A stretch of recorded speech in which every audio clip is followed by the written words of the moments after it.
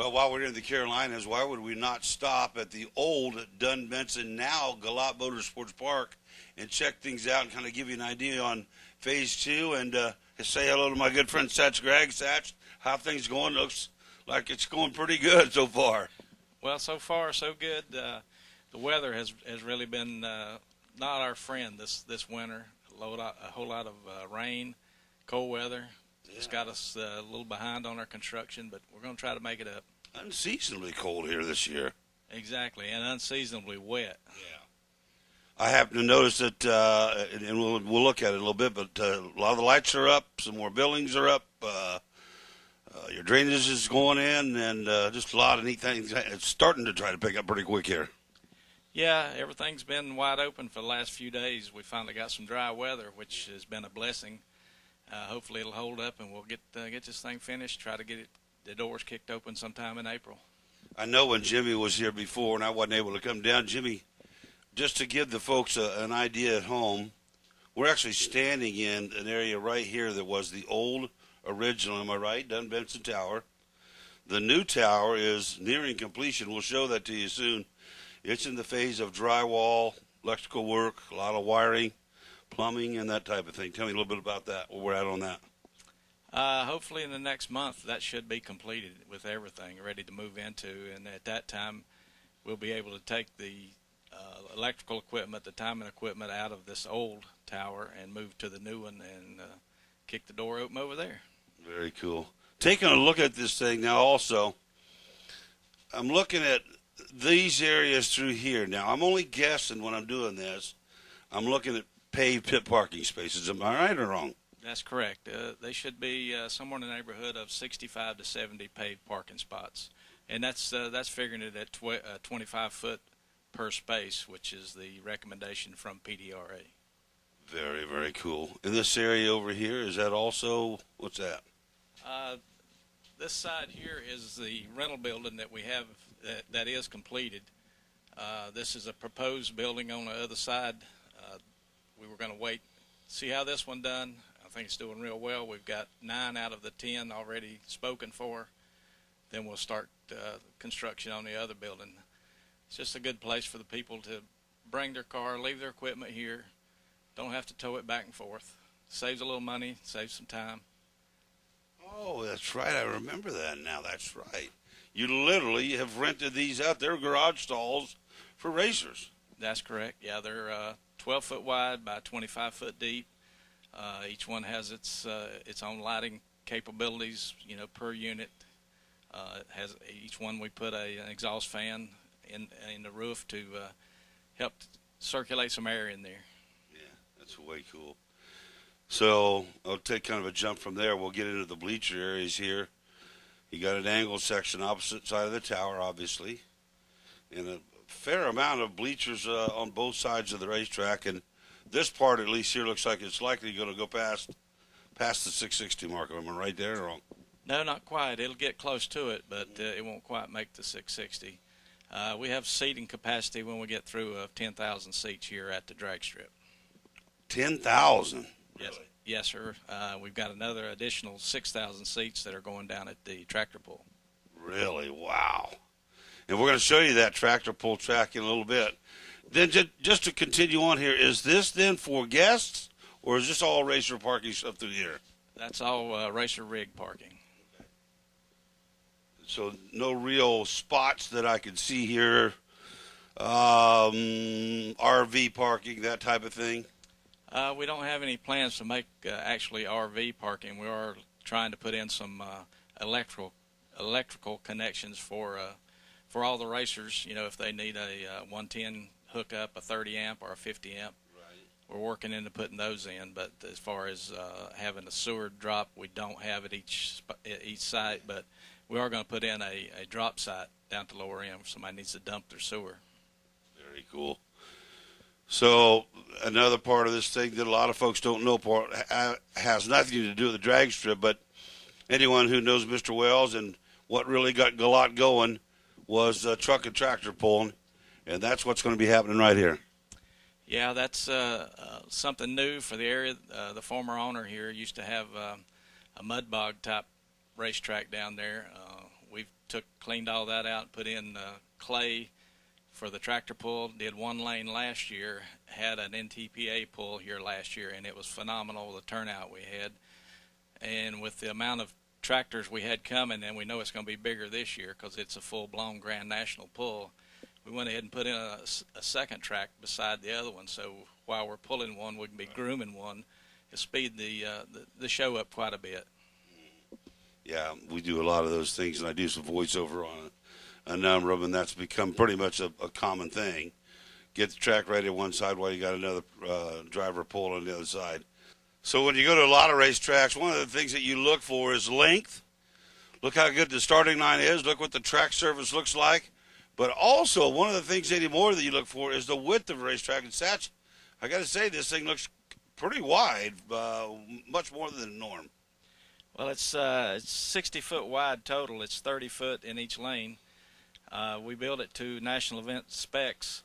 Looking down the road, you never know what might happen. We may have a national event here sometime. Yeah, that would be way, way, way, way cool. Does it have the actual length to go 1,000 or a quarter mile or not?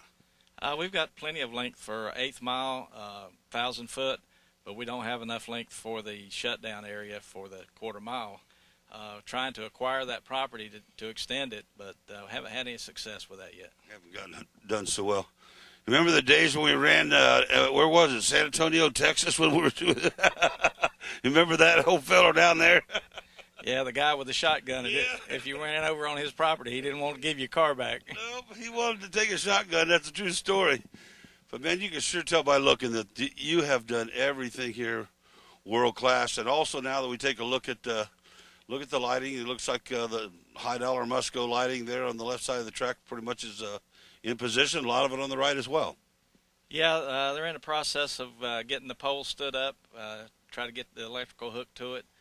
Mr. Wells made the comment the other day that they look so good now, if we just get some electricity to them, we can turn them on and they can work 24 hours a day out here. Why can I just hear him saying that? The other thing that I couldn't help but seeing that the drainage and the way you've gone about doing that with not only the gap between the guardrail wall and the track surface itself, but you've also got it where there's drainage tube buried in gravel, the whole thing to kind of keep away from the weepers. Yeah, we went to extra length to try to make sure that we didn't have that problem in the future.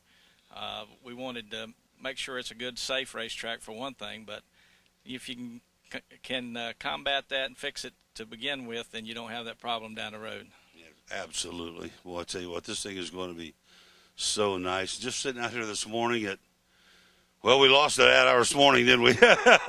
So what it was 11 o'clock, 10, I don't know what it is, but just listen to the birds chirp, a little bit chilly, kind of a Bristol cool morning. You got to fill me in on this. Tell me what all's going on with this large area that's all blocked in over here. That blocked up area is actually going to be a new concession stand. The old concession stand will be torn down at the time the new one is built. The little bumped out area on the front is actually going to be a patio and an area for handicapped folks that can come up and have a very good view of the racetrack. The front area of the new concession stand will be all glass.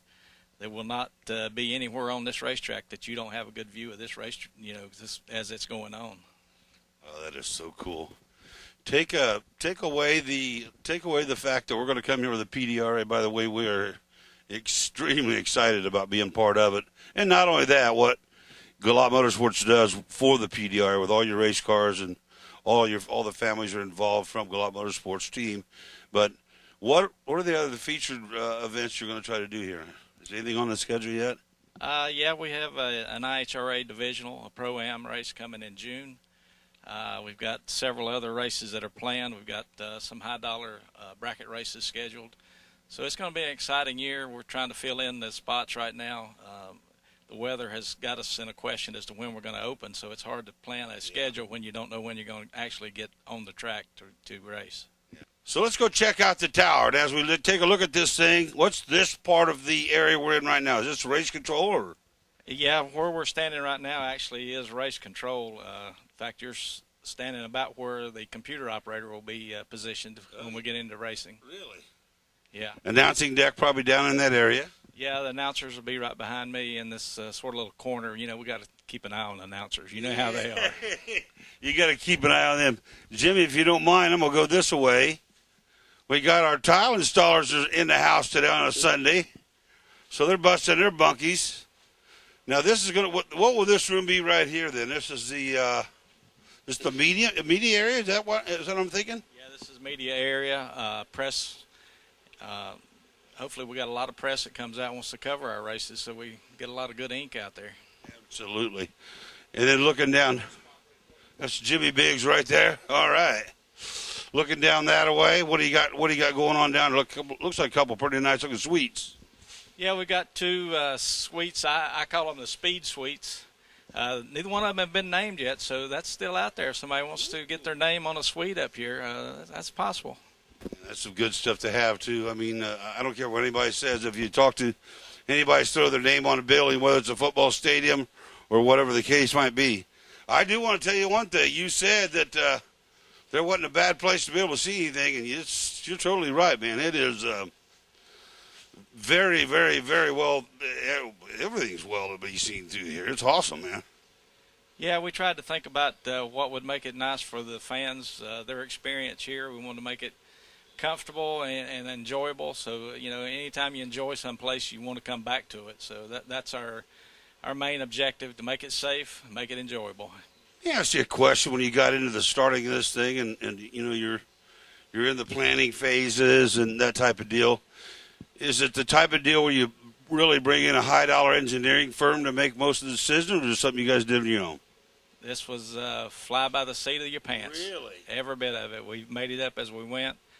I think that's one of the things that Mr. Wells seen in bringing me in, because I'd been to so many different tracks and seen what worked and seen what didn't work. Right, exactly. Yeah, I've seen that too. I've been with you a lot of those tracks, and I agree. And that's why I asked the question. It was like, you know, deep down, it makes you wonder. And not every day of the week an engineering firm is going to do a layout on a drag strip anyway. Yeah, that's correct. They don't have a whole lot of experience. They could lay out the plans to get things turned the right way possibly, but there's little stuff that comes into play that they have no idea. Yeah, that's really cool. I got to tell you what, man, from the burnout box to the 60-foot wide track to that beautiful concession stand that's set up for help out the handicapped folks, glass frontage on all of us so you can have a bite to eat, maybe a cold one, whatever, and still be able to watch the drag races. And then when the days come along when we have the tractor pulls, a lot going on here at GALOT Motorsports Park. And I'm telling you, this place is going to be a work of art. And I think, Jimmy, you're showing right now, you might be showing some of the along the side there where a lot of the drainage and stuff is on the right side of the track here. And it's really cool the way that, like I said earlier, the way that it's been laid out so that any of the water leaves the racetrack surface, has its own, it's really almost a gutter at the end of the day, really, isn't it? Yeah, exactly. That's what I call it, a gutter built into the side of the racetrack, which it drains out of there, goes into a tile, which will carry it out to the street, and we won't see it no more. Well, one of the greatest things and one of the greatest folks that you'll ever meet in your life, and the guy who's famous for his orange and black, is this man right here, Mr. Earl Wells. And Earl, very nice to see you, and thank you for taking time off on a beautiful Sunday morning to come out here and talk with us today. Glad to be here, Brian, and I appreciate y'all coming and seeing what we're doing. And we've got a lot of great things going on here, and everybody wants to know when you go. Nobody wants to open any worse than me. Yeah. Well, you can obviously tell the weather's taking its toll, and I mean, this whole country, for whatever reason, over the last couple of years, is the places that never normally get bad weather are getting it, and you guys are one of them. Yeah, it seems like if it rains anywhere, it rains in Benson, North Carolina. You poor guy, there's water everywhere, but you got drainage everywhere. There's not anything you're doing here that you're doing halfway. It is all world-class stuff. Well, we're trying to improve things, and we had hydro engineers out here working and telling us where we need to put drainage in and which way it needs to fall, and we're trying to do it right so we don't have to come back and do it later. And the last thing we want to do is the racers come here and water be running into the trailer. Absolutely.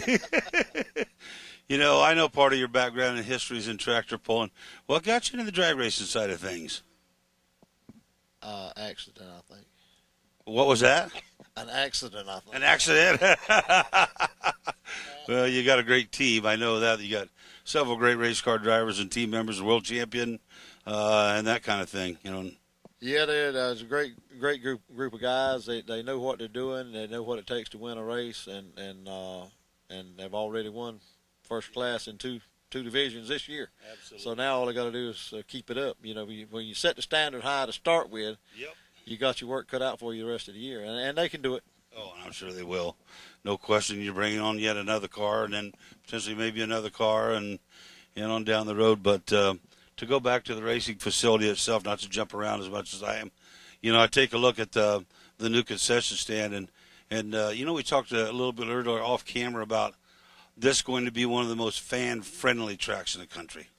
That's what we're shooting for. We want everybody to come out and have a good experience and make everything user-friendly. And the new concession stand over there, we're going to have a dining area inside of it, and outside dining, inside dining, and we're going to have bleachers on top of the concession stand as well as bleachers on both sides of the track.